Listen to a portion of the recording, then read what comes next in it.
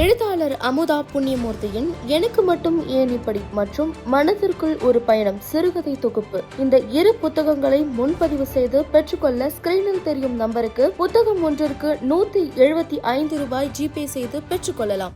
அவர் படம் இதனால எங்களுக்கு லாபம் தான். அது வந்து சுமாரான ஓடின படங்களா இருக்கும். சில தோல்வி படம் ரஜினி சார் கொடுத்துருக்காரு, அவரே மறைக்க விரும்பல. அதுவும் வாங்கின டிஸ்ட்ரிபியூட்டருக்கு லாபத்தை கொடுத்த படம். ஏன்னா அவரோட நடிச்ச நடிகர் எல்லாமே அப்பா கேரக்டர், தாத்தா கேரக்டர்லாம் போயிட்டாங்க. இன்னமும் ஹீரோவா பண்ணிட்டு இருக்காரு அவர். அதுதான் பெரிய விஷயம். இன்னைக்கு இருக்கிற யங்ஸ்டர்ஸ் டேரக்டர் தான் உள்ள போறாரு. அவர் வர்ற வரைக்கும் என்னை வந்து யூஸ் பண்ணிக்கங்க, ஓகே அப்படிங்கிறத அவர் சொல்லக்கூடியது. அப்படிதான் ஷூட்டிங் தர்மன் போயிட்டு இருக்கு. எனக்கு ஒரு தகவல். வணக்கம் சார். வணக்கம். சூப்பர் ஸ்டார் ரஜினிகாந்த் அவர்களோட 51வது திரைப்பயணத்தை தர்மன் படப்பிடிப்புல கொண்டாடி இருந்திருக்காங்க.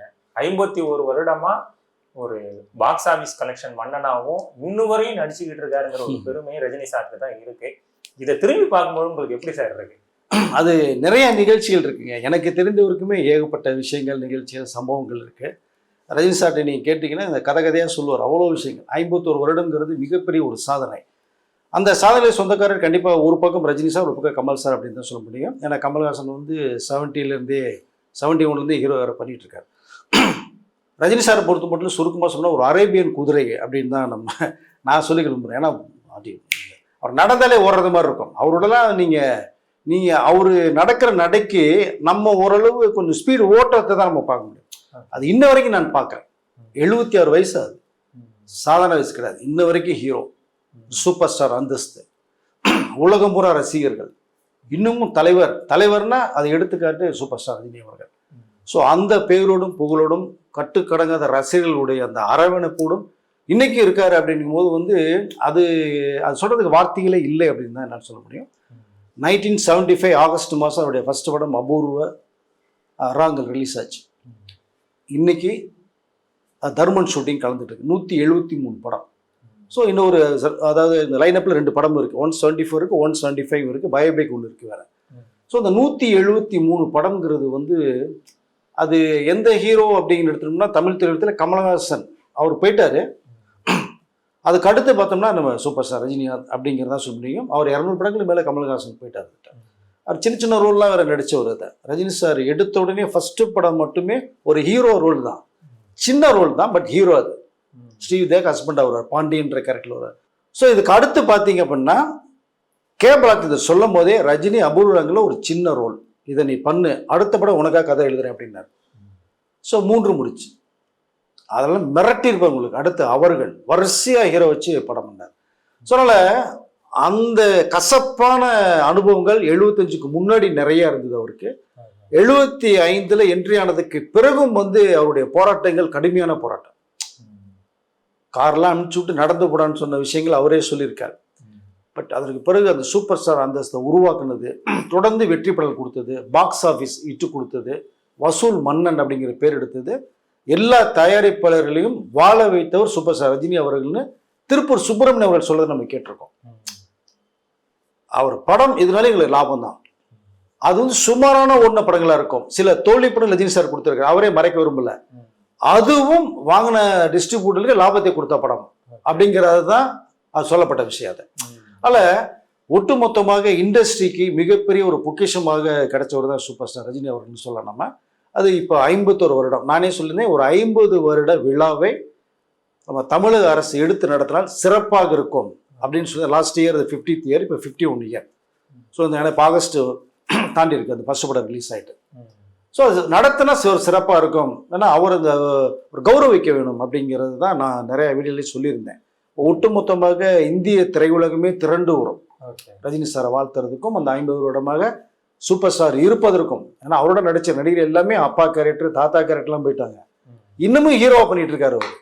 அதுதான் பெரிய விஷயம்.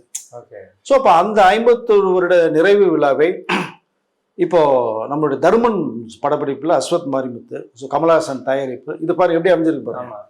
நண்பர் அதே காம்பினேஷன், நண்பர் கமல் தயாரிப்புல நடிக்கக்கூடிய படம். தர்மன் செகண்ட் ஷெட்யூல் இப்போ சென்னையில் மட்டும்தான் ஷூட்டிங் இருக்கு. அது நவம்பருக்குள்ள முடிக்க சொல்லியிருக்காரு ரஜினி சார். படம் முடிஞ்சிடும். டிசம்பர் 1 மாதம் ஓய்வு, இமயமலை போகிறது மாதிரி இருக்காரு. ஜனவரி பொங்கல் அன்னைக்கு ரிலீஸ் பண்ணலாம் பிளான் பண்ணிட்டு இருக்காங்க. படம் ரொம்ப வேகமாக போயிட்டு இருக்கு. நான் நடித்த படங்கள்லேயே ரொம்ப மனநிலை தரக்கூடிய ஒரு சில படங்களில் தர்மன் ஒரு படமும் அப்படின்னு ரஜினி சார் சொல்லியிருக்காரு. இந்த கேரக்டர் அதுக்குள்ள ஒரு மெசேஜ் ஒன்று இருக்குது. அந்த மெசேஜ் உடைக்க வேணான்னு நினைக்கிறேன். பட் ஒரு நல்ல ஒரு கண்டென்ட்டோட அஸ்வத் மாரிமுத்து இந்த ஜென்சி கிட்டுக்கும் 2K கிட்ஸும் ஏற்றது மாதிரியான ஒரு ஸ்கிரிப்டை உருவாக்கி ரஜினி சார் கொண்டு போய் சேர்க்க போகிறாரு இப்போ. ஸோ அந்த விழாவில் மிகப்பெரிய ஒரு கேக் வெட்டி செலிப்ரேட் பண்ணியிருக்காங்க போது உண்மையிலே சந்தோஷமான ஒரு நிகழ்ச்சியாக பார்க்க ரஜினி சார் ரொம்ப ஹாப்பியாக இருந்த தருணம் அது. 51 வருஷம் நினைவு வச்சு நீங்கள் பண்ணியிருக்கீங்க அப்படின்னு அவரும் கேக் வெட்டி செலிப்ரேட் பண்ணியிருக்காங்க. அது உண்மையிலே பெரிய விழாவாக எடுக்க வேண்டும். அதோட ரஜினி சார்கிட்ட கேட்கும்போது அது வேணான்னு சொன்னதான் எனக்கு ஒரு விஷயம் வந்து வேணாம், அது பெருசாக 50 வருஷம் என்ன நான் பெரிய சாதிச்சிட்டேன், எவ்வளோ பெரிய சாதனை பண்ணியிருக்காரு, அதை நான் என்ன சாதிச்சேன்னு தான் கேட்டார். அதனால் 50 வருஷம் வேணான்னு சொன்னதான் ஒரு தகவல். ஆனாலும் அது ரஜினி சொல்கிற விஷயமா இருக்கட்டும், ஆனால் எடுத்தால் சிறப்பாக இருக்கும்னு தான் நான் நினைக்கிறேன். அதை பார்க்கலாம் எப்படி போகணும்னு தெரியல. இப்போ தர்மன் ஷூட்டிங்கில் ரொம்ப கலந்துட்டு இருக்காரு, வேகமாக ஷூட்டிங் போயிட்டுருக்கு. இல்லை குறிப்பாக பார்க்குறோம்னா அஸ்வத் மணி சொல்லக்கூடிய ஒரு விஷயம் வந்து ரஜினி சார் அங்கே இல்லை. ஓகே, இப்போ நான் என்ன எதிர்பார்க்குறேனோ அது வர்ற வரைக்கும் நீங்கள் பண்ணுங்கன்றாரு. நான் கூட சூப்பர் ஸ்டார் ரஜினிங்கும் போது எப்படி நம்ம பண்ண போகிறோம், ஏன்னா இதுதான் லோகேஷ் கனகராஜ் சொன்னார், நெல்சன் சொன்னாங்க வேறு எப்படி இருக்க போகிறோன்னு. அங்கே ஷூட்டிங் முன்னாடி வரைக்கும் ரஜினி ஷூட்டிங் போய்ட்டு அந்த கேரக்டர் நேம் இருக்கும் இல்லையா, அந்த கேரக்டரை மாறிடுறாரு. ஓகே, அதுதான் லோகேஷன் சொன்னது. இப்போ அஸ்வத் அதான் சொல்கிறாரு, அந்த கேரக்டரை மாறிடுறாரு.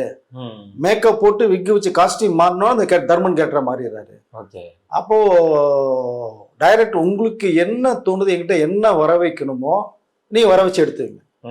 எனக்காக நீங்க இந்த ஒன்பொரு போன்னு யோசிக்கிறதெல்லாம் தேவையில்லை, போனோம்னா போய்க்குங்க, நான் சரியா பண்ணலாம் சரியா பண்ணலன்னு சொல்லுங்க அப்படிங்கிறாரா.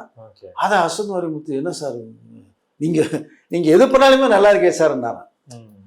ஸோ இந்த மாதிரி வந்து ஒரு டைரக்டருக்கு அது எந்த டைரக்டர் இருந்தாலும் சரி, இன்னைக்கு இருக்கிற யங்ஸ்டர்ஸ் டைரக்டர் தான் உள்ள போறாரு, அவர் வர்ற வரைக்குமே என்னை வந்து யூஸ் பண்ணிக்கோங்க.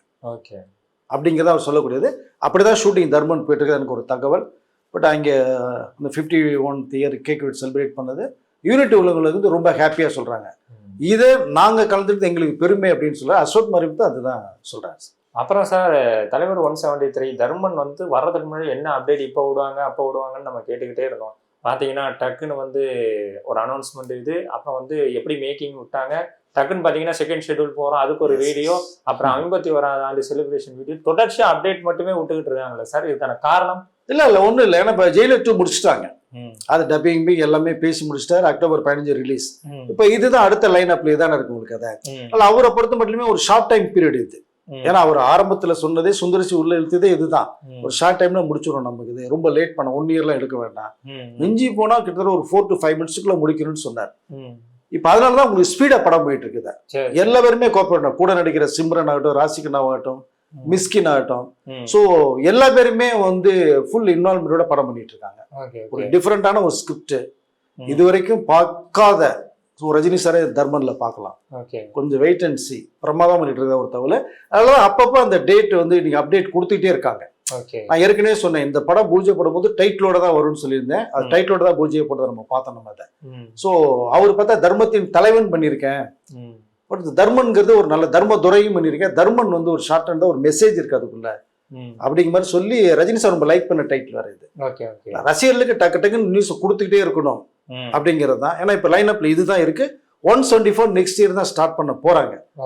இந்த படம் முடிஞ்சோன்னா ஒரு எனக்கு தெரிஞ்ச ஒரு 3 months ஃபுல் ரெஸ்ட்ல இருக்கிறதா ஒரு தகவல் வருது. அதுக்காக ரசிகர்களுக்கு கொடுக்கணுமேன்ற நோக்கத்தோட கொடுத்துட்டு இருக்காங்க. இதை தொடர்ந்து நேற்று ஒரு நிகழ்ச்சியில வந்து ரஜினிகாந்த் அவர்கள் பாக்யராஜ் அவர்களையும் பாரதிராஜ் அவர்களையும் புகழ்ந்து பேசியிருக்காரு. இவங்களுக்குள்ள உள்ள ஒரு நட்பு இல்ல வந்து இவங்களுக்குள்ள உள்ள அந்த பந்தம் எப்படி சார்? நேற்று பேசுறது எல்லாம் கேட்டிருப்பீங்க கண்டிப்பா. பட் அதுக்கு அதை இன்னொரு மறுபக்கம் பார்த்தீங்கன்னா ரஜினி சாருக்கும் பாரதிராஜ் அவர்களுக்கும் பாக்யராஜ் அவர்களுக்கும் ஒரு நல்ல பாண்டிங் இருந்ததுன்றத நிறைய பேர் சில விஷயங்கள் தெரியாம இருக்கும். 16 வயதில் கமிட் பண்ணது, அது 5000 ரூபாய் சம்பளத்தில் இன்ன வரைக்கும் 500 ரூபா தரலைங்கிறது நிறைய விஷயங்கள் பாரதிராஜா சொல்லியிருக்காரு. அதை பட் அதையும் தாண்டி எப்படி இது முதல் மரியாதையில் சிவாஜி சாரை வந்து வேற மாதிரி காமிச்சாரோ அது மாதிரி ஒரு ஆக்ஷன் இதுல வந்து காமிக்க ரொம்ப விருப்பப்பட்டார்.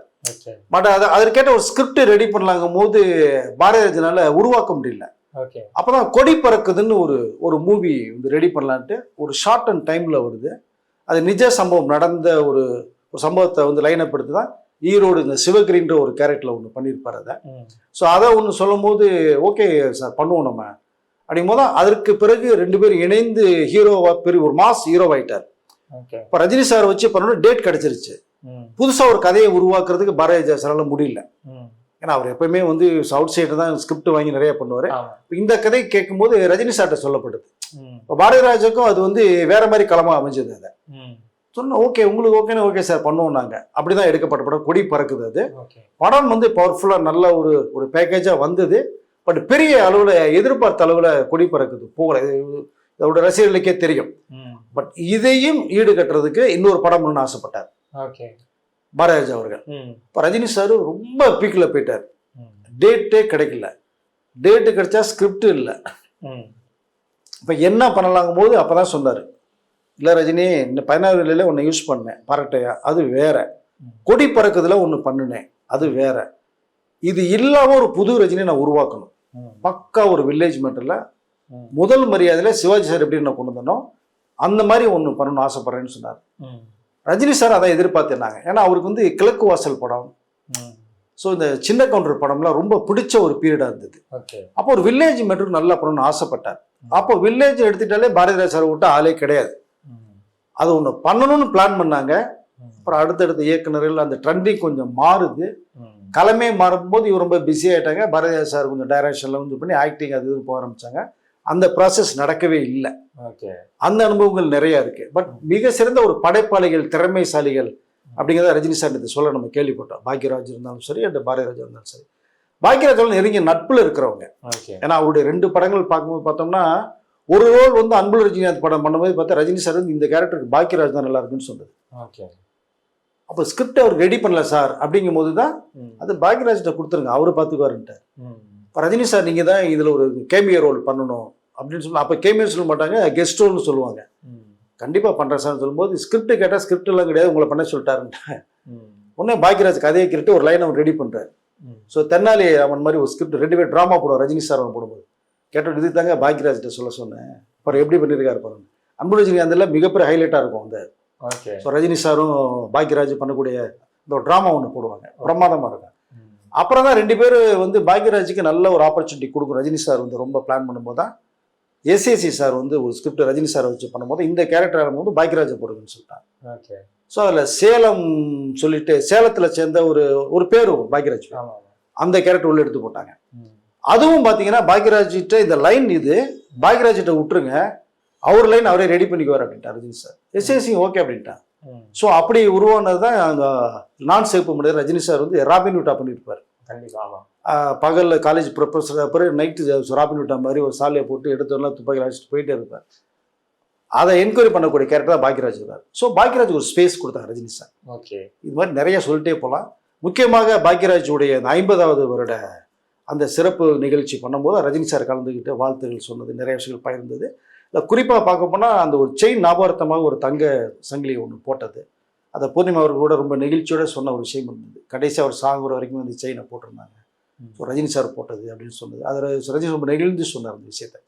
அதில் அவர்களுக்கு பாரதிராஜா அண்ட் பாக்யராஜ் 2 கண்கள் மாதிரி தமிழ் திரையுலகத்துக்கு மிகப்பெரிய 2 பில்லர். அவங்க 2 பேர் இல்லாதது மிகப்பெரிய வருத்தம் தான்.